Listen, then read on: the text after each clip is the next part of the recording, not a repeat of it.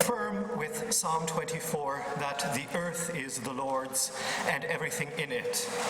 We humbly acknowledge that our gathering today takes place on Treaty 1 land, the traditional territory of the Anishinaabe, Cree, Oji-Cree, Dakota, and Dene peoples, and the homeland of the Métis Nation, and that we gather here as beneficiaries of treaties which remain largely unhonored. We pray for justice and reconciliation. This part of the story is something that was particularly pertinent to last week's lecture. To begin, please rise with me and sing Love Everlasting, a German language translation, an English language translation of Gott ist die Liebe. The song is in your folder, in your program. And if you need more copies, there's some in the back. We sang this song last week as well, and it was quite lovely. Today, I encourage you to try the harmony parts, okay?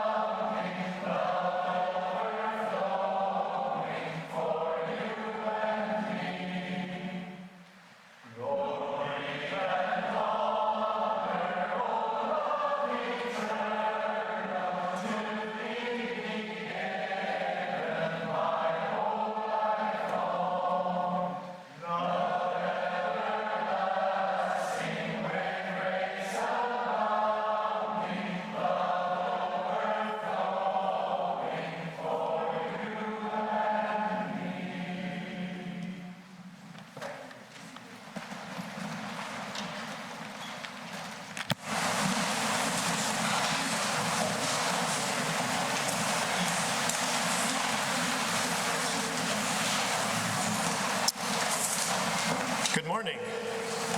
My name is Jesse Holfer, and I am one of the organizers of this lecture series. It's so great to see so many here today. It's a wonder what a good rain can do, and getting Hutterites in the seats here. Last week we heard lecture number 1, which dealt with the early settlement here in Manitoba up to the years 1930. Today, Ian will continue the story in 2 lectures, one this morning, one in the afternoon. Each lecture will be 1 hour in length, followed by half an hour of engagement with Ian. Between the 2 lectures, there will be a 2-hour lunch break, and at that time, I invite you to go downstairs to check out some Hutterite history projects and posters that were done by my students this year. Some excellent work there for you to learn from. The washrooms are also located downstairs. The lectures are being recorded and will be made available through the HB Book Center. You can contact Kenny for more information about that. And to support the work of the HB Book Center, there is a free will offering being accepted at the back where you can do so. In the academic world, it is common to organize public lectures to promote learning and to stimulate thinking and discussion, both in the university setting and in the larger community. Often, scholars present material that is fresh and groundbreaking as a way to test their ideas before they appear in print. Some of you may be familiar with the J.J. Thiessen lectures at Canadian Mennonite University. These happen every year. It is also customary to name a lecture series after a person who has made an important contribution to his or her community and who had a remarkable vision for his time. So who is Jacob Maendel, and why did we name this lecture series in his honor? Jacob D. Maendel was a Hutterite teacher, pastor, and community leader. Born in 1911 at Rosedale Colony near Alexandria, South Dakota, he migrated to Manitoba in 1918 when Hutterites fled political persecution because of their commitment to nonviolence. He was chosen as minister in 1949 at New Rosedale Community, and he went on to become widely regarded as a leader ahead of his time. In an era when it was considered good economic sense to clear wooded land for use as fertile farmland, he insisted that strips of forest be conserved as ecological buffered zones. Both the task of selecting the site of the new community and the work of establishing Fairholme community was informed by his deep appreciation for nature. Jacob insisted on an acreage of bush above the Assiniboine River and ensured that the natural environment remains as intact as possible, thereby gaining a reputation of being a staunch defender of trees. Jacob Maendel also had an ecumenical vision. Although Hutterites of the mid-20th century were characterized by exclusivism and sectarianism, Jacob was open to learning from non-Hutterites in a way that was enriching for the broader church. His outward-looking vision of Christian discipleship led to newcomers, individuals as well as families, to visit New Rosedale. Some stayed briefly and some joined and became permanent members. Despite his basic grade-level education, he was a self-educated, lifelong learner who read very widely, and he introduced his students to great thinkers like Dietrich Bonhoeffer, Sigmund Freud, Helen Keller, and John Milton. Maendel understood the value of a culturally sensitive education, and his vision led to the teaching career of Peter Maendel, the first Hutterite to attend and graduate from the Manitoba Teachers College.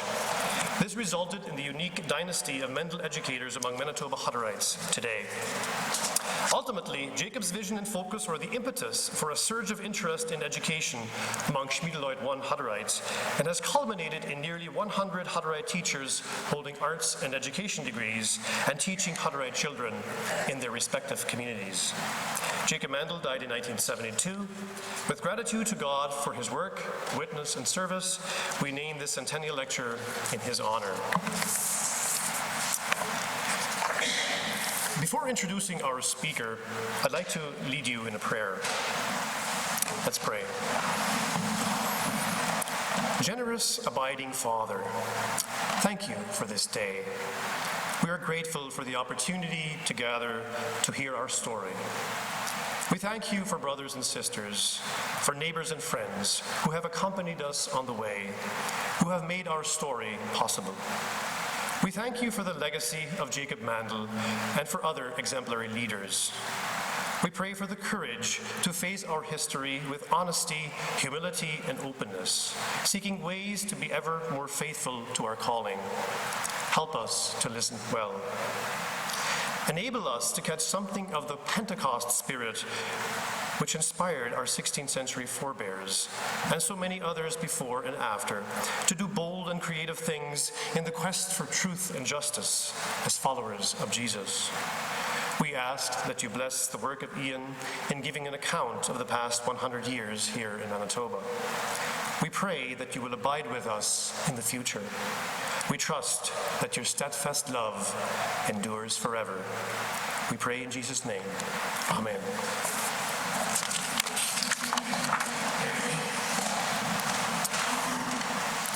It has taken us 100 years here in Manitoba to pull this off. But today we're finally going to hear a Hutterite, Ian Kleinsasser, tell and interpret the Hutterite story in a public setting. Today we are setting a significant historical precedent. Ian Kleinsasser is an independent researcher based out of the Crystal Spring Hutterite community near Sendegath, Manitoba. He holds a Bachelor of Arts in an Education after degree from Brennan University. Ian has given numerous presentations at the annual German meeting and at the International Conference for Hutterite Educators. His groundbreaking article on the 1992 Church Schism will appear in a book that's going to be published by the HB Book Center this summer called Navigating Tradition and Innovation. Ian's research focuses primarily on the 19th and 20th centuries. Ian is a busy father of 5 lively children who are a constant reminder of why he pursues historical research. His work would not be possible without the dedication and support of his wife, Jolene. Jacob D. Maendel is his maternal grandfather. Ian?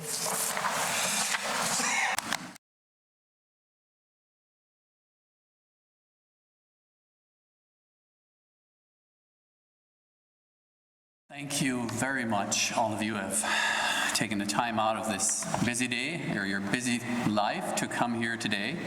I really appreciate the opportunity to stand here in front of you and talk. I don't get to do that often. Just kidding.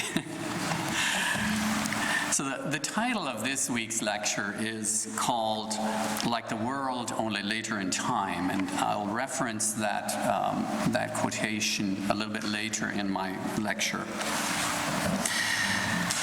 In our previous lecture, we learned how the Hutterites left the USA at the end of 1918 and resettled to Canada. For the most part, this migration happened within a relatively short time, but there were some cases where colonies sort of lingered behind and weren't able to come up. One notable case here in Manitoba was the Milltown community, where half the members had come up and the other half were stuck there because of the Order in Council that which banned Hutterites from coming into Canada till 1922. And in 1922, they then came up and settled the Blumengard community. And there was also, I think, one Darius-Loy colony and one Lerloy colony who also sort of stayed behind roughly into the 1930s before migrating up as well. Oops, sorry. So the Great Depression. The October 29, 1929, the value of the New York Stock Exchange plummeted, triggering an event which became known as the Great Depression. The Great Depression was a time of when Canadians suffered unprecedented levels of poverty due to unemployment. The extent and misery resulting from the Great Depression and the creative responses it prompted in individuals are vividly described in letters written by Canadians recounting how families bartered for food in exchange for medical service. Indeed, the Great Depression played a significant role in shaping Canadian social and political practices, particularly around health care. At the same time, the combination of the droughts and the depression during the 30s drove many farmers from their land, in turn contributing to significant changes in rural life, particularly within the prairie provinces. This phenomenon became known as urbanization and is a process which is still ongoing. In the 1930s, the situation in the prairie regions was dire. Farmers who wished to leave their homes found it increasingly difficult to sell their farms. Merchants lacked cash customers. Municipalities went bankrupt as taxes remained unpaid. Hutterite communities were better able to weather this storm. Victor Peters reports that while thousands of Canadians were destitute and depended on relief, Hutterites, with their self-sufficient economy, did not feel the economic depression as severely as the rest of Western Canada. Hutterites were not rich in money, but they were solvent enough to buy more land during this time, support their local businesses, and pay their taxes. In fact, municipalities considered Hutterite colonies an asset during this period of time because they were some of the only people paying their taxes. So up until the end of the Depression, the Hutterites were seen as a huge benefit to the prairie provinces. That all changed in 1939 when Canada declared war on Germany, and the Hutterites declared their unwillingness to participate in any way in the war effort. It was their pacifist conviction, more than any other factor, which turned public opinion against the Hutterites and led to some of the discriminatory regulations which we will explore in this lecture. Despite Victor Peters' somewhat idyllic picture of Hutterite life during the Depression years, the Great Depression was still the Great Depression. The Hutterites might have weathered it better than many other Canadians, but the ongoing drought and the economic downturn played a significant role in reshaping not only Canadian communities, but Hutterite communities as well. As we work our way through this lecture, it is crucial that we keep the economic and political context in mind. By the 1930s, the consequence of the migration to Canada was becoming clear. Manitoba was not South Dakota. The harsh Manitoba winters and the spring floods must have been overwhelming. During this time of building up, very few Hutterites had the time to pick up a pen and write down their experiences. The drought, the depression, and huge death crises carried by the Schmiedeleut were a heavy burden. And the same in some of the scant writings of this period, there is a clear sense of loss, hardship, even a longing to return to South Dakota, the flesh pots of Egypt. This is most vividly captured in a song titled Verloren in Canada, Lost in Canada, written by Catherine J. Wallner from Rosedale, Manitoba. And I'll read a couple stanzas from her song. We came from the United States where everything turned out well. Where will this end? Who can make sense of it? Lost in Canada. Lost in Canada in friendly Manitoba. Together we owe $500,000. Is that not over the top? We have fallen so far. Is that not lamentable? The old depart, leaving behind the young to pay for this place. The refrain, Lost in Canada, poignantly captures the the situation facing the Hutterites in Manitoba at that time. In 1918, when the Hutterite communities decided to flee to Canada, they could not have foreseen the economic and social difficulties they would have to face. Indeed, if they had, it is highly unlikely they would ever have left South Dakota. However, it might well be true that these shared hardships bound the Schmiedeleut closer together. The joint debt or loan not only forced the Schmiedeleut communities to work together, it also reshaped their legal structure. For instance, in 1931, the 10 Schmiedeleut communities in Manitoba took steps to incorporate themselves, to gain the legal status that would entitle them to borrow money. Their legal counsel, Ernest Fletcher, caused several private member bills to be passed in the Manitoba legislature, which incorporated the colonies as mutual corporations. This was a clear shift away from the communal structure practiced by the Schmiedeleut in South Dakota during the days of the Hutterian Brethren Church, as well as the spirit of joint purchases and shared responsibilities practiced in the early 1918 resettlement in Manitoba. As we saw in the previous lecture, this incorporation process was triggered by a lawsuit brought against the Hutterite communities by the Great West Life Insurance Company. The consequence of this shift was that the individual communities now operated much more independently of each other. This, in turn, eventually led to conflicts developing between the leaders who began to work more for the well-being of their communities than the well-being of the church as a whole. So the 1934 elder election.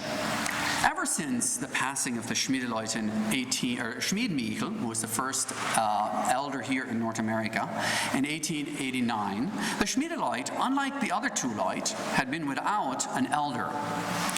Whenever issues arose, the minister who had been in the service the longest was asked to officiate. However, by 1933, this model was breaking down. The senior ministers of that era, Joseph Kleinshauser from Milltown, David Hofer from James Valley, and senior David Decker from Berwickmen, and Michael Wallner from Bonham, South Dakota, began a discussion about returning to the model of eldership practiced by the early Hutterite Church. In a letter dated November 17, 1933, Reverend Decker touches upon the core problem. For the way we are handling things now it's not good. For when serious issues or situations arise between different communities, somebody should be delegated to officiate. However, all ordained ministers are, so to speak, equal, with the exception that some have been in the service longer than others. Up until now, we have asked the one who has been in the service the longest to officiate. What gives this person more authority or freedom to act as an arbitrator in other communities' problems? And if he does, it gives the appearance that he has appointed himself to take care of something to which he has no more right or freedom than another confirmed servant. It does not befit us to take on something of our own accord. And that is why it is more That is why it is more correct that we assign someone to know, to guide, and to promote important and difficult quarrels. By February 11, 1934, the four senior Schmiedeleut leaders had ironed out the process for how the Schmiedeleut would elect a new elder. This process was decidedly different from the process used by the Lehrleut and Derisleut of today. So even their model has changed over the years. Yet it shares many similarities.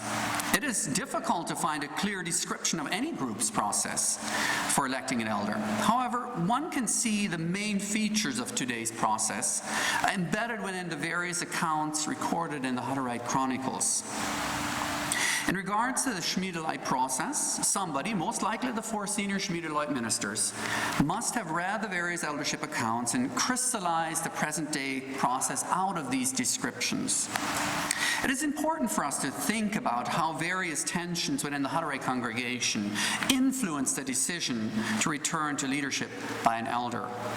For instance, the Schmiedeleut decided to incorporate each community as an individual unit, made good sense economically, but came at the expense of the overall unity of the church.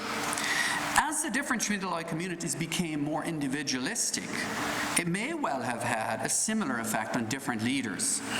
An elder elected by all the voting members and authorized to his position by all the ministers would be able to act as a mediator when difficulties arose within or between different communities or leaders. When the final vote was tabulated in 1934, Senior Joseph Kleinsausser from Milltown community was, to use the expression commonly used by the Hutterite Chronicles, given the responsibility of the church. Thus, 34 years after the passing of Schmiedeleut, the Schmiedeleut once again elected an elder to lead the church. In the next section, I'm going to talk a little bit about the Bruderhof connection and the Hutterite and the Bruderhof connection or relationship. By the 1936, the Schmiedeleut communities in Manitoba were well enough established that they could begin to deal with other concerns. One pressing matter was a promise made to Eberhard Arnold in 1930 that the Hutterite Church in North America would send ministers to Germany to help instruct and assist the new Bruderhof congregation. On the 9th of December, a meeting was convened at the Rosedale community in Manitoba where the matter was discussed. Elder Joseph Kleinsausser suggested that one representative of the Trileut should be sent, but the Derisleut and the Lehrleut at the time, for whatever reasons, declined to send any ministers, so the Schmiedeleut picked two ministers, one from their South Dakota colonies and one from the Manitoba colonies, to go. And these two ministers were Reverend David Hofer from the Gemselde community and Michael Waldner from the Bonham, South Dakota community. The two ministers arrived in England in February of 1937. While in England, they spent 2 months dealing with internal and spiritual and economic questions and concerns at the Cotswold Bruderhof. On the 8th of April, they received an urgent phone call asking them to come to the Rhön Bruderhof in Germany as soon as possible. They traveled through Holland and eventually arrived at the Rhön on the 9th of April. A lot was going on in Germany in 1937. War clouds gathered across much of Europe and Asia. Germany was secretly manufacturing and stockpiling weapons in preparation for an all-out war. Already in 1936, the Germans had entered into what was known as the Anti-Comintern Pact, an anti-communist pact with Japan. On November 6, 1937, Italy and Spain also joined the agreement, thereby forming the group that would later be known as the Axis powers. Britain and France, as well as other nations, were also forming secret alliances. All of Europe was a powder keg ready to explode. As the powerful nations of the world prepared for war, two Hutterite ministers, for the most part utterly oblivious to the grave menace building around them, quietly crossed into Germany. If the two Hutterite ministers were oblivious to what was going on in Germany, the brothers and sisters of the Rowan Bruderhof were not. Ever since 1933, this small community lived under the constant threat of the Nazis. The Bruderhof children and young men of military age had all been quietly sent out of the country. Once compulsory military conscription was introduced in Germany, the young people were then quietly sent to the Cotswold Bruderhof in England, about in 1936. When the two brothers arrived, they were soon informed about the dire situation. Fearlessly, they called upon the local Landrat, the district official, who had made it quite clear that the Rowan Bruderhof was no longer wanted in the area. The two Hutterite brothers paid him a friendly visit to try and soften him up. The Bruderhof members introduced the brothers as two representatives of Germans living abroad from America, elders of the Gemeinde over there in America, and emphasized the fact that they are from America. So they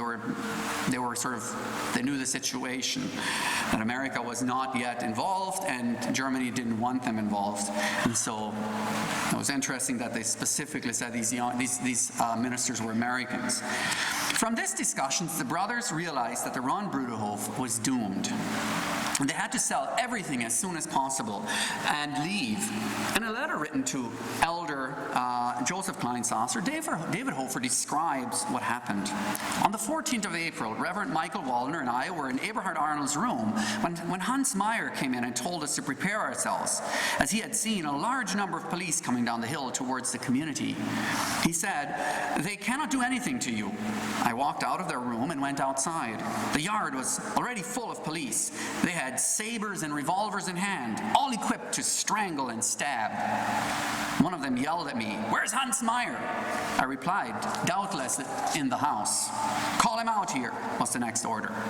When I came back with Hans Meyer, the man greeted him with a "Heil Hitler." Hans Meyer merely answered with a "Good day."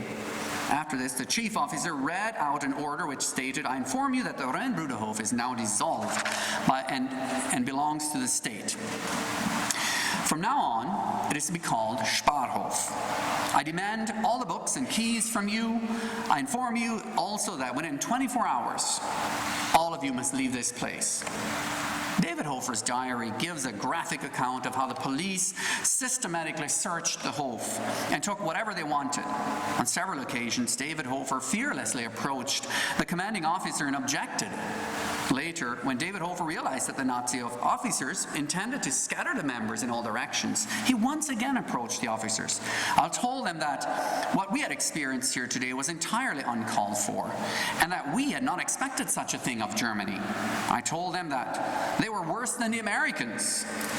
Then they at once asked me how. I told them that when we as Germans were called up in the last war to do military service against Germany, we objected and refused to do it, as these, our brothers, had just done. Then we asked the government in the US to let us leave and let us take all our possessions, which they granted us. It's clear that what happened, now it is unclear what would have happened to the brothers and sisters of the Rowan Bruderhof had David Hofer and Michael Hofer not been present. What is clear is that David Hofer's courage and his negotiation skills on behalf of the Bruderhof members changed whatever outcome the Nazis might have intended. Suffice it to say that the brothers and sisters of the Bruderhof were eventually allowed to leave Germany and travel first to Liechtenstein and then onward to England. Arnold Snyder, one of our most prominent Anabaptist historians, once stated that to be an Anabaptist was to make a faith decision that directly confronted and challenged the social and religious and political status quo. This is precisely what the Bruderhof members did, and like so many others in our history, they paid a steep price. So back in Manitoba, war clouds were also darkening the prairie skies. The Great Depression had come to an end. Less than 2 years after David and Michael Waldner returned from their journey, all of Europe was once again at war. On September 9, 1939, Canada formally declared war against Germany. However, many Canadians opposed the Canadian government's decision. French Canadians, for example, felt that it was a European affair and that Canada had no obligations to get involved. Others opposed the war on religious grounds. These people became known as conchies, or conscientious objectors. The Mennonite and Hutterite leaders were much concerned about whether the Canadian government would introduce conscription. The initial response they received from Prime Minister Mackenzie's king was that there would be no conscription.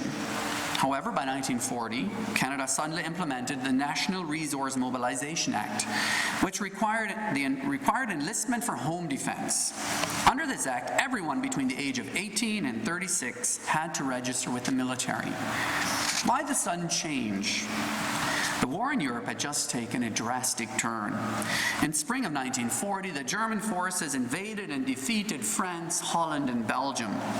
Suddenly, Canada was Great Britain's greatest ally in the war.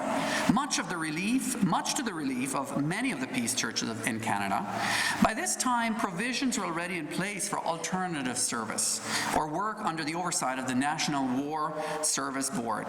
Hutterites, like all the COs, could apply for postponement of military service. These initial postponements allow the Hutterite COs to return home to their colonies.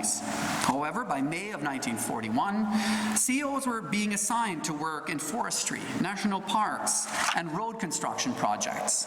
The initial mobilization of the COs was slowed because there weren't enough camps for all the COs. The Hutterites, because they formed a relatively small percentage of Canada's COs, faced relatively little pressure to participate. However, by 1942, public displeasure began to be focused against the Hutterites, whose young men got to stay home while other Canadians were bleeding and dying in the war. The public began to demand that the Hutterites and other COs be forced to participate in the war effort. Initially, Hutterite young men reported to their local doctors for medical examination. Sympathetic doctors often granted them medical discharges. However, the government grew suspicious of this ploy and eventually ordered the Hutterite men to appear at the barracks in Winnipeg. These young men, who were found to be in excellent health, soon received orders to report to alternative service. The Hutterite elders, for their part, felt that their communities and young men were being unfairly targeted. Manitoba's Chief Justice, Judge John Adamson, acknowledged as much in a letter to Joseph Kleinsasser.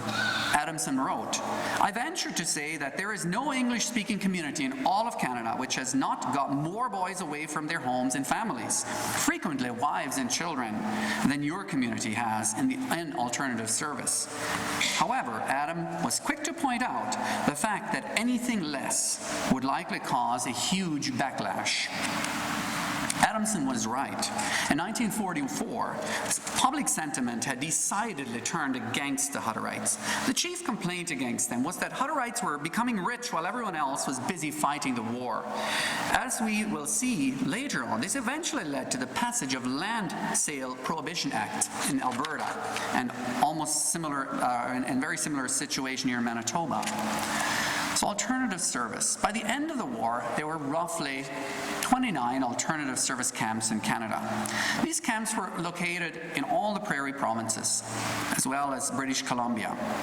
And Manitoba, there was also the Clear Lake camp. Others were sent to work in forestry camps in Saskatchewan or northern BC, where they cleared, burned cleared forests that had burned down or planted trees in many cases. As the war continued to rage in Europe, Canada became England's primary supplier of food. In 1939, the drought had ended, and the Canadian prairies produced an astonishing amount of wheat. Production was so high that it created a surplus which the Canadian government struggled to handle. However, England desperately needed more protein and called upon its main ally to deliver. This triggered what some historians call the most profound transformation in the history of Canadian agriculture, as the country's farmers changed direction, as requested, and produced the required foodstuffs in such vast quantities that their contribution to the Allied victory was universally recognized. Manitoba's prairie provinces shifted from an economy geared primarily for grain farming to mixed farming. Government incentives encouraged farmers to move away from wheat production to raise pork, beef, poultry. These changes would in turn have a profound impact on Hutterite agricultural practices for decades to come. So, economic expansion and discrimination. One of the main charges brought against the Hutterites during the war was that they were taking advantage of the relatively cheap land prices to buy up large quantities of land, which should have been reserved for members of the Canadian Armed Forces. An increasing hostile public, particularly in the province of Alberta, demanded that action be taken to limit the growth of Hutterite communities. This eventually led to the passage of the 1942 Land Sales Prohibition Act in Alberta, which forbade the sale and the lease of land to Hutterites. Initially, the prohibition was supposed to be in place until the end of the war, but remained in effect until 1947. After 1947, the Alberta legislation passed the Communal Properties Act, which allowed Hutterite communities to purchase land, but it prohibited them from purchasing land within 40 miles of an existing community, and required that new communities not possess more than 6,400 acres.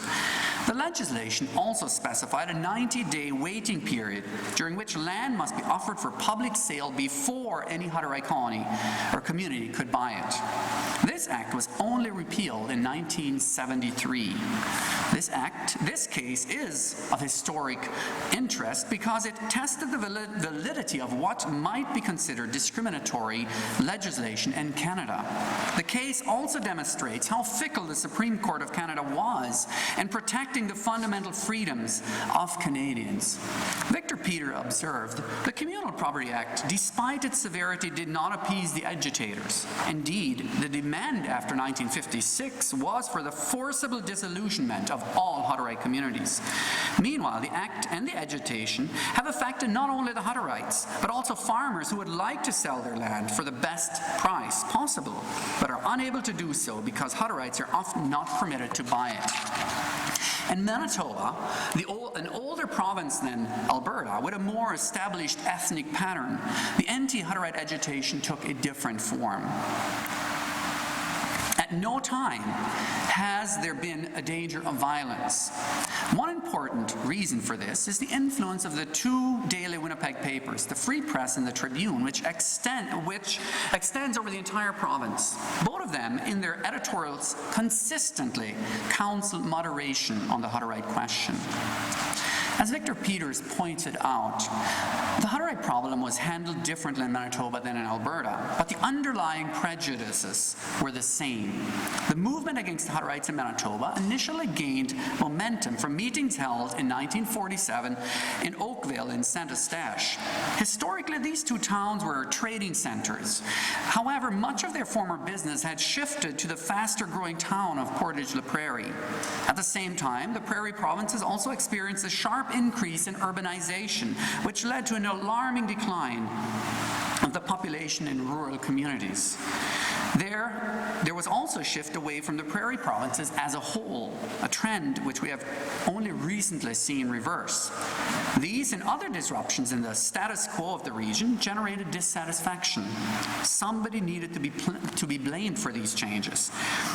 and the Hutterites were a suitable scapegoat. Development in the Manitoba legislation stimulated the impetus for the protest movement against the Hutterites. As we saw earlier, it had been the practice to incorporate new colonies by an act of legislation. However, by 1946, bills to incorporate new Hutterite colonies were being rejected. The committee members were no doubt sensitive to public opinion and the widespread popularity the Land Restriction Act had received in Alberta.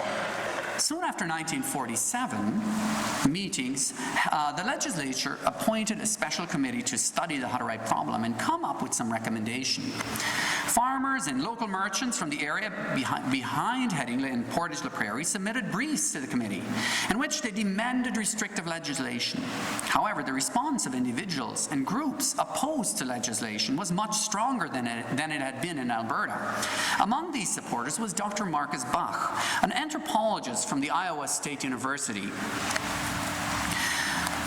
Stewart from the New Rosedale community was a good friend of Marcus Bach and had asked him to represent the Hutterites in the legislature. Marcus Bach came, but the message he gave the Manitoba legislature shocked the Hutterites. He began his presentation by pointing out the fact that the Hutterites had the distinction of being the oldest communal group in the Western world. He then told the committee that the United States had seen over 180 failed communal groups. All these groups thought they had developed the perfect system, but all disappeared. Bach advised, do not legislate against the communes. If the Hutterites are treated with understanding and respect, they will soon be assimilated. This investigation is not concerned with land acts and slave clauses. It is interested in learning whether the Hutterites will ever become Canadianized. I think they will.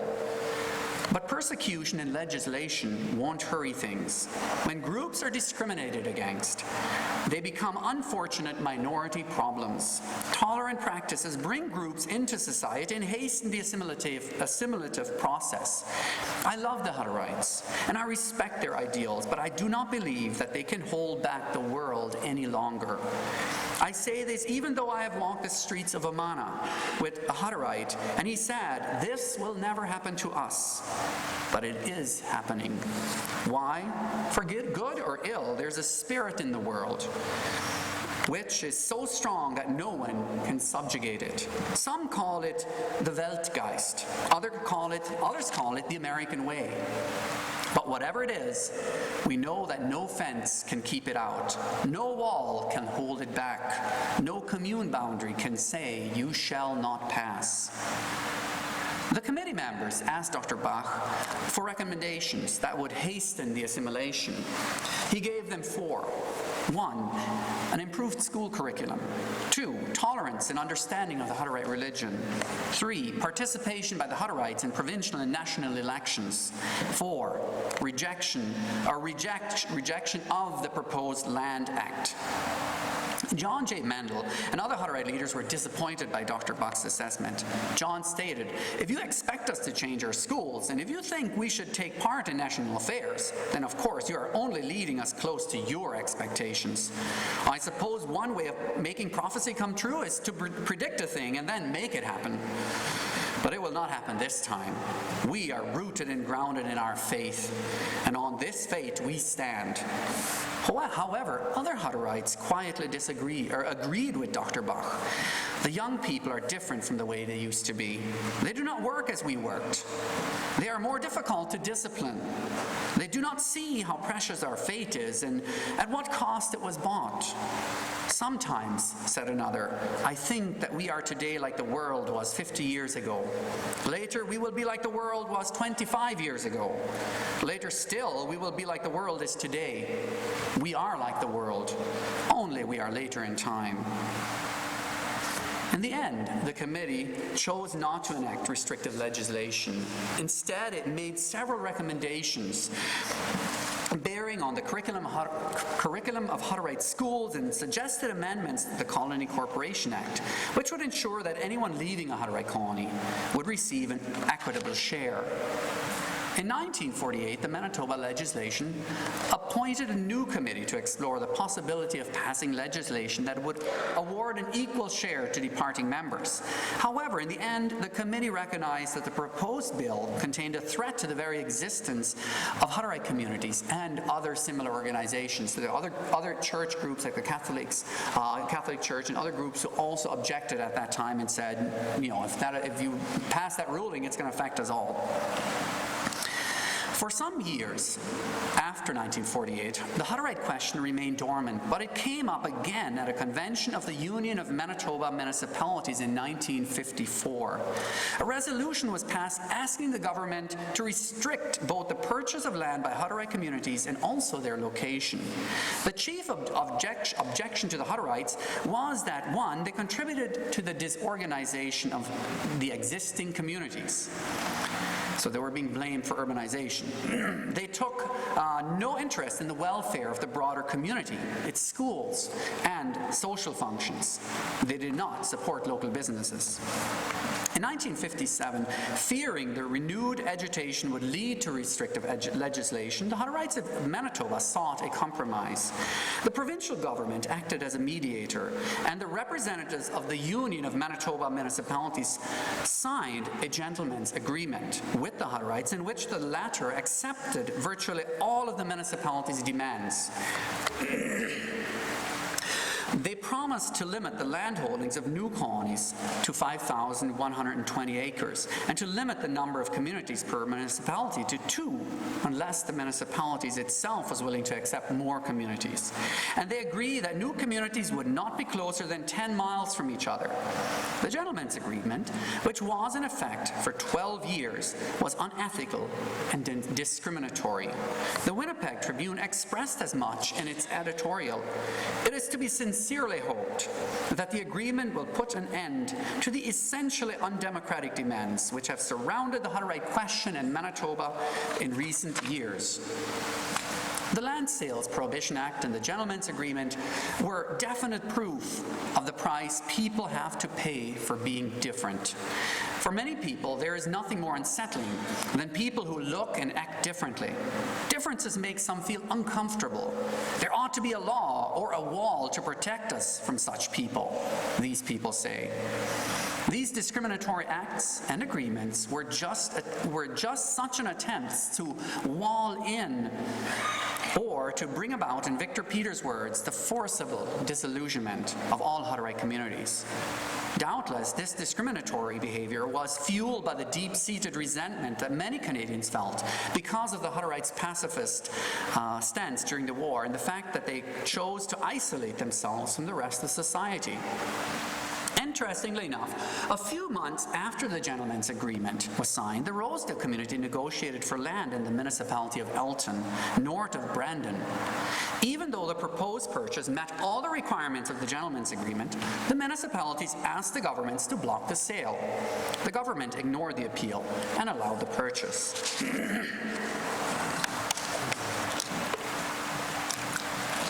In 1969, the Gentleman's Agreement was no longer a workable solution. The Union of Manitoba Municipalities proposed that the two parties enter into a new agreement. The new deal was the same as the old deal, except that the amount of land a Hutterite community could own was increased to 9,600 acres. To my knowledge, this agreement was never ratified by the Hutterite communities. The following year, the New Rosa community purchased land that was in clear violation of the agreement when the NDP government sold them the MacDonald Airport, a former Commonwealth air training base. In Premier Edward Schreier's words, the Gentleman's Agreement prohibiting such a purchase constituted discrimination against the Hutterites and was no longer valid. The Manitoba Human Rights Commission supported this decision and claimed that the agreement was in contravention of Canadian law regarding the human rights. The union gave up its threat to prosecute the Hutterites for violation of the agreement. an airport colony was established on the site. The restrictive legislation in Alberta and Manitoba contributed measurably to the strengthening of ties between the three Leut, the Darius-Leut and the Leut in Alberta and the Schmiedeleut here in Manitoba. Marcus Bach and Bertha Clark, a sociologist who spent a considerable time among the Hutterites in South Dakota, predicted as much. She wrote, "Persecution from without, if it does not crush out life entirely, always strengthens the bond amongst those who have endured it in common." And this has been a great factor in Hutterite existence. Similar, Canadian author C. Frank Steele observed, "Someday there may come disintegration from within. Certainly pressure from without the colonies will not bring it about." 1951 Constitution. The law limiting Hutterites from leasing or purchasing land had the intended purpose of reducing the Hutterite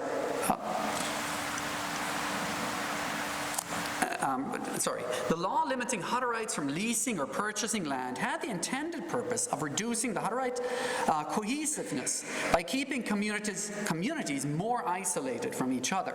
And it's interesting when you look at a land map of that time, you suddenly see colonies shooting further out to buy land. So for instance, you have Crystal Spring, which comes from Sturgeon's Creek by Headingley, and then we're all the way over by Senegath, and you have colonies from James Valley, Spring Valley, by Brandon, right? This is a fact going further out. So that is sort of was triggered by these events. So, but however, the opposite, so that was the intent. The intent of the laws were they figured that they would isolate the colonies further from each other by forcing them further apart, and that would decrease their ability to work together and their unity. However, it had the opposite effect. In August of 1950, the leaders of the various Leut, or conferences, assembled to formulate a constitution for all Hutterites, the Constitution of the Hutterian Brethren Church. The purpose of the association was to enable the Hutterite Church to jointly lobby the federal government in Ottawa whenever discriminatory issues arose which challenged the communities as a whole. The Constitution specified that the Hutterite Church is divided into three Leut. The board consisted of 9 members, 3 from each Leut. This board was to meet once or twice a year, known as the biannual meeting. At the same time, a formal church structure was seen as a way to create a sense of shared unity and purpose within the greater Hutterite body. If the purpose of the restrictive laws was to reduce the cohesiveness within the Hutterite congregation, the 1951 Constitution could be seen as an attempt to counteract this adverse effect. As we will see in our last lecture, this only worked as long as there was pressure from without the colonies, but ultimately led to disintegration from within when pressures from outside ceased. The ongoing attack of education. Today there are approximately 462 Hutterite communities scattered across the US and Canada. In Manitoba there are about 107 Schmiedeleut communities. Today nearly half of the Schmiedeleut communities are staffed by Hutterite teachers and the rest are staffed by non-Hutterite teachers. If this same scenario had played out in our forefathers' day, they would have undoubtedly viewed it as a regrettable development or at the very least a severe failure on their part. This is particularly true when we look at how public education has been used in the past to try to disrupt minority cultures and force them to assimilate into the host society. In 1967, Victor Peters wrote, "One of the ultimate objectives of the public school is to integrate or assimilate the Hutterites into the larger Canadian population stream. Its overt objective is to educate young Hutterites, but it also has a covert, a hidden objective of influencing them to turn away from what are regarded by outsiders as outmoded ways and institutions. The public school as an agent of social disorganization posed a serious threat to Hutterite society." Now compare this statement to the statement made by 2 Canadian government officials regarding the government's stated purpose of education among First Nations people in Canada. "Our objective is to continue until there is not a single Indian in Canada that has not been absorbed into the body politic.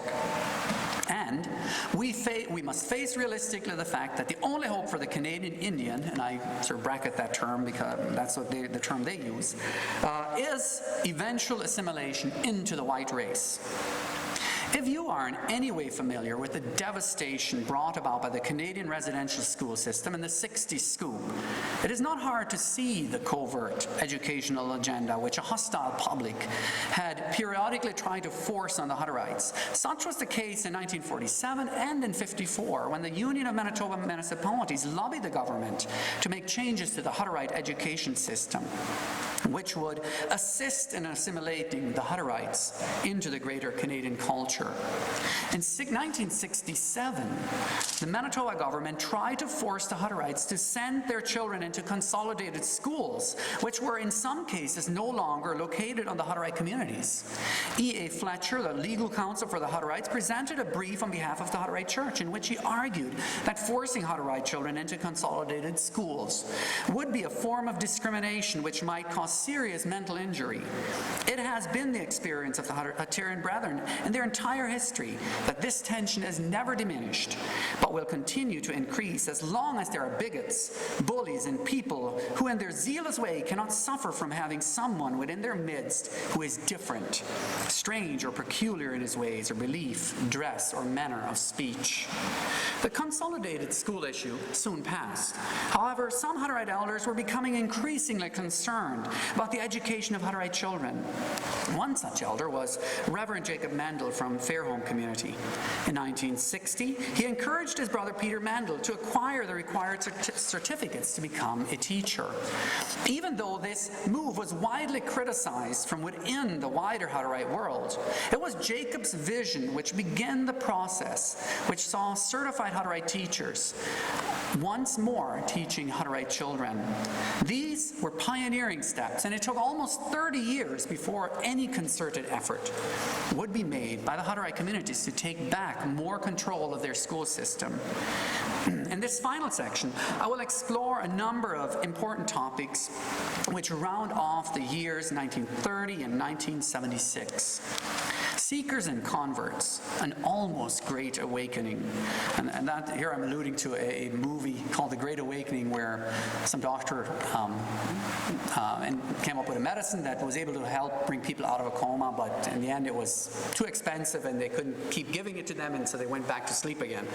And so I call this the almost Great Awakening, where the Hutterites almost became a missionary church again. One of the most unexpected byproducts of all the discrimination experienced by the Hutterites was that it brought them into the public consciousness. For many decades, the Hutterites had been the quiet in the land, seeking to keep to themselves as much as possible. However, from the 1920s onward, the Hutterites found themselves increasingly in the public spotlight. Even though many of the articles attacked the Hutterites, others painted an almost idyllic picture of community life. During the 1960s, the hippie subculture began to develop across the United States, and the Hutterites' practice of communal and rural living was appealing to a growing number of people. We apparently disappointed in the music and the recreational drug part. Other people became interested in Hutterites and the Hutterite way because they were seeking a more authentic Christian life. All across North America, people of all walks of life were disillusioned by their church's outdated practices, struggles over social justice issues, and fear of the nuclear arms race. Something was blowing in the wind.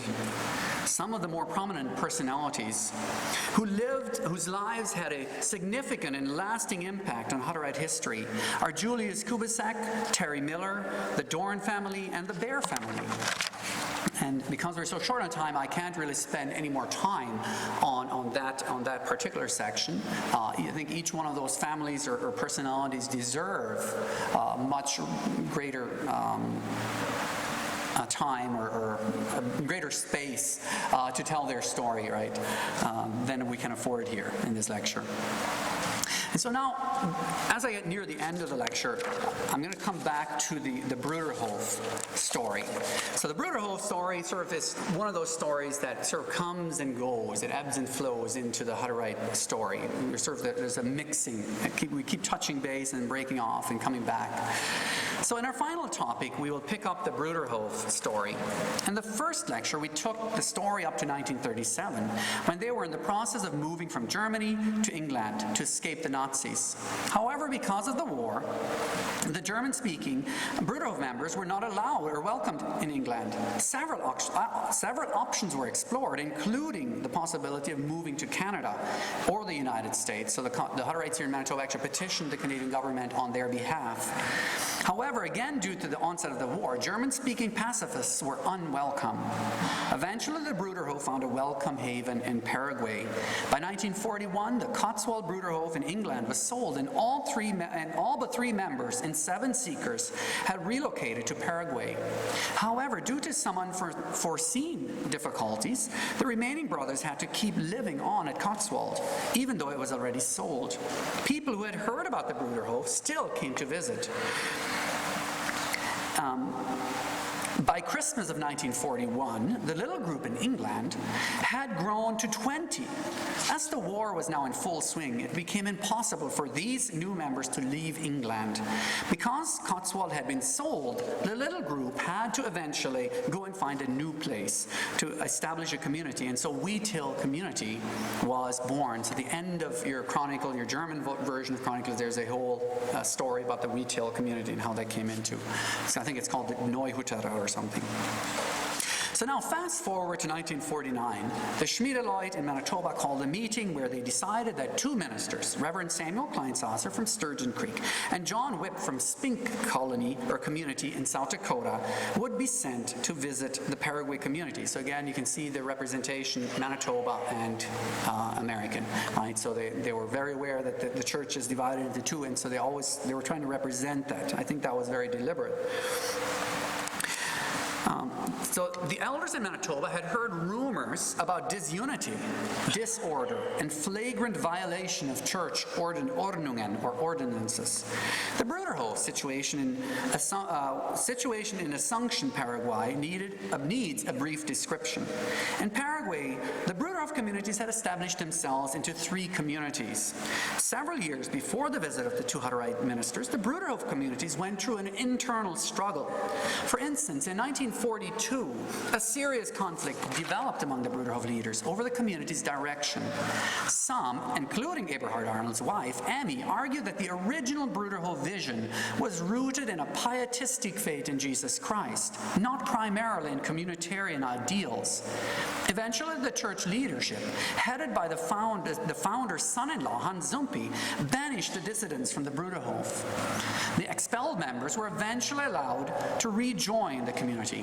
One of them, Johann Heinrich Arnold, otherwise known as Heine Arnold, a son of Eberhard and Emmy Arnold, was sent with his family to New York to raise funds. By 1954, Heine Arnold played a significant or important role in establishing the Woodcrest Bruderhof in New York. When Samuel Kleinsasser and John Whipp visited the Bruderhof in 1950, these tensions were still playing out in the background. Heine Arnold was already in New York, and a new chapter in the Bruderhof history was about to begin. Throughout their visit, the 2 brothers were disturbed by the disunity and disrespect they experienced. In particular, they attribute the disunity to the fact that the Bruderhof was not complying with the Hutterite Ordnungen. That's a good solution. On some fronts, some of the critical points of concern for the Hutterites, from the Hutterite perspective, was smoking, movies, musical instruments, unbaptized members, not wearing head coverings, lack of beards, and for married men, women participating in council, and the prayer before and after the meals were not the same as those in used by most Hutterite communities. What became clear to both sides is that the 2 groups had a very different vision of what church life or community life should look like. During their visit, the 2 Hutterite ministers raised some concerns they felt were hindering a fuller unity of the 2 groups. The Bruderhof countered with their own list of concerns and said, "We'll accept yours if you accept ours." Later, the Bruderhof leaders appealed for tolerance. There may well be certain issues in which we have differing practices, yet that is not different to the differences in practice that we see between the Schmiedeleut, the Dariusleut, and the Lerleut. What became apparent was that the traditionalist Hutterites felt strongly that the security of the church lay in the members faithfully upholding the traditions and the Ordnungen as expressed by the idiom, alte Merksteine soll man nicht verrücken. Old mark stones, or mark stones should not be moved. In that context, the Bruderhof insistence on Freiheit des Geistes, freedom of the spirit, was viewed as a fundamental, false, injurious, even tantamount to anarchy. How can you live without laws that maintain order? On the other hand, the Bruderhof felt that blind adherence to the Ordnungen was stifling the true working of the Holy Spirit. They were deeply offended by the Hutterite leaders' accusation of spiritual immaturity and the charge that they supported a lawless or ordnunglose society. They tried to point out that pure compliance to Ordnungs or laws had not stopped the partisan spirit, injustice, and division from creeping into the Hutterite church. These are the real evils that should be rooted out of the church. In matters about articles of faith or geistgewirkte Ordnungen, such as the service of the word, marriage, baptism, the role of government, pacifism, they were committed to upholding. The inner unity of the Spirit was far more important than the outward concern for uniformity. The Bruderhof leaders then turned the table on the Hutterites and accused them of abandoning the Hutterite articles of faith. For instance, during World War II, the Hutterites had allowed their young men to work in alternative service camps. The Bruderhof leaders asked, in doing so, did you not give more to Caesar than Caesar is due? Was that not one of the reasons your forefathers left Russia? Also, in some cases, Hutterite communities paid money to the government so that young men could work on farms instead of going into the military. Other communities are reported to have purchased war bonds. Yes, you do claim that you requested the government that the money not be used only to help those in need. But did you investigate whether they were doing so? If you did this, as you claim, out of love for the poor, and Jesus loves not only the poor who live in community, but all the world's poor, you would have taken the opportunity to send out brothers who could have used the money to help where there is actual need, and so you would have been able to make a small beginning at mission. If you had sent out brothers on mission, you would have experienced that many people are not poor because they are lazy or alcoholics, but rather that the world, in its unrighteousness, causes many innocent people to suffer, especially children.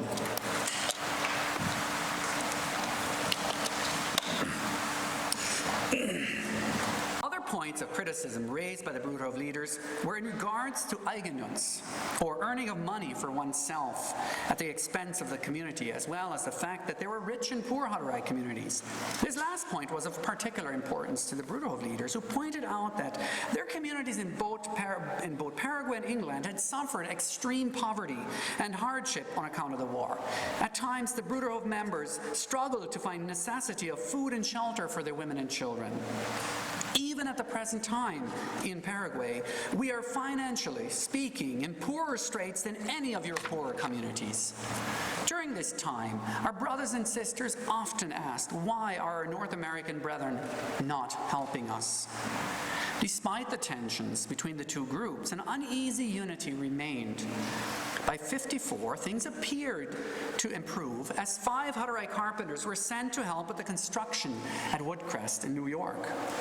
In letters that these brothers wrote, the Hutterites expressed their concerns regarding adherence to the Ordnungen, but also amazement at what they were experiencing. Samuel Hofer from Bloomfield most powerfully captures this in a letter he wrote to his brother in May of 1955. When people are dependent on God and not on written rules and regulations, their battle is fought by God, and we can almost sit back and watch the marvelous work of Him performed before our eyes. Fred Klein Science officer from Sturgeon Creek, wrote, "I must say that this is the most wonderful experience I've ever had in my life. It is a real recreation. It is only now that I know and realize what John Maendel said, and has told us that when we once see the love and open hearts, we will not notice the whiskers and the black pants." However, despite this optimism, things soon took a turn for a worse. In July of 1955, a meeting took place in Chicago at the request of certain brothers from Forest River. Many Hutterites at that time had a deep longing for outreach and mission, and they saw in the Bruderhof, particularly in Woodcrest, the possibility to return to the vision for mission of the 16th century Hutterites. When members of the Forest River community requested help, families from Paraguay and Woodcrest were sent to live at Forest River.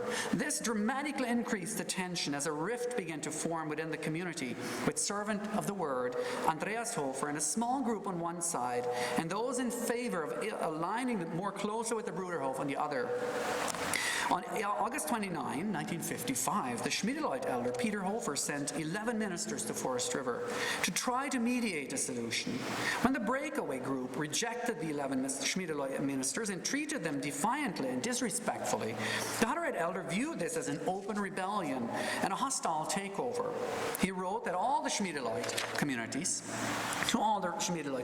herewith we declare that all the members of the Forest River community who are guilty of breaking their vows and who have fallen away are to be shunned. We, the 28 preachers who met in James Valley Bruderhof, are informing you that the representatives of the Paraguay Church should henceforth be shunned by all the churches in Canada and the United States. They will not be tolerated in any of our hosts. Without a doubt, much of what transpired in Forest River reflected to some extent the internal struggle for power and dominance which was taking place within the Bruderhof communities themselves. Whatever the case may be, the Forest River conflict brought about a sudden and painful end to the relationship, which started more than 20 years before, when Eberhard Arnold came to North America and requested that a small group become Hutterites. In Forest River, these members who still wanted to stay with the Hutterites had to pack their belongings and return to Manitoba, where, together with New Rosedale community, they established Airport community and eventually Pine Creek. For many Hutterites, these early experiences with mission and outreach were profoundly unsettling and caused many to look upon new members with suspicion. Reflecting on this period in Hutterite history, Reverend David Decker from Starland wrote, "Mission is something that is only dreamed of by the most enthusiastic brothers and sisters. The majority don't want any new people to come into the communities, as they see them as a liability. Various excuses are offered to try and justify their thinking. They won't be able to make it anyway. The road is much too tight for them to walk, or they won't be able to accept or understand our traditions and customs, and our Low German dialect is too hard to learn." These and many other excuses are offered. Shortly after the break away from the Hutterite Church, the Bruderhof communities in Paraguay were abandoned, and all the remaining members were moved to the United States. Heine Arnold, Eberhard's son, was elected elder, despite the arguments of some that it was not right for another Arnold to take the place of elder. In New York, Woodcrest became the center for the Bruderhof movement. Many new people joined the Bruderhof communities, and the movement found new life. The communities in Paraguay had gone through a transformation which saw it depart from Eberhard's vision for the church, placing more emphasis on community life than on a transformed life. However, with Heine Arnold as elder, a rebirth of Eberhard's vision was possible. So this concludes Lecture 2. We have followed the struggle of the Schmiedeleut and the Bruderhof communities, because the stories are so interwoven, really, that it's hard to separate the two, as they develop individual identities shaped in many ways by the socioeconomic and political environments that surrounded them. In the afternoon, we'll pick up the story in 1973, and 74, pick up the story in 1973 or the 74 reuniting. So those years are sort of the year where there was again a uniting of the two groups. The uniting between the Bruderhof and the Hutterite communities was a pivotal moment in Hutterite history. It seemed to herald a time of renewal and growth, but at the same time, seeds of discord were inadvertently planted. Please join us this afternoon for the rest of the story.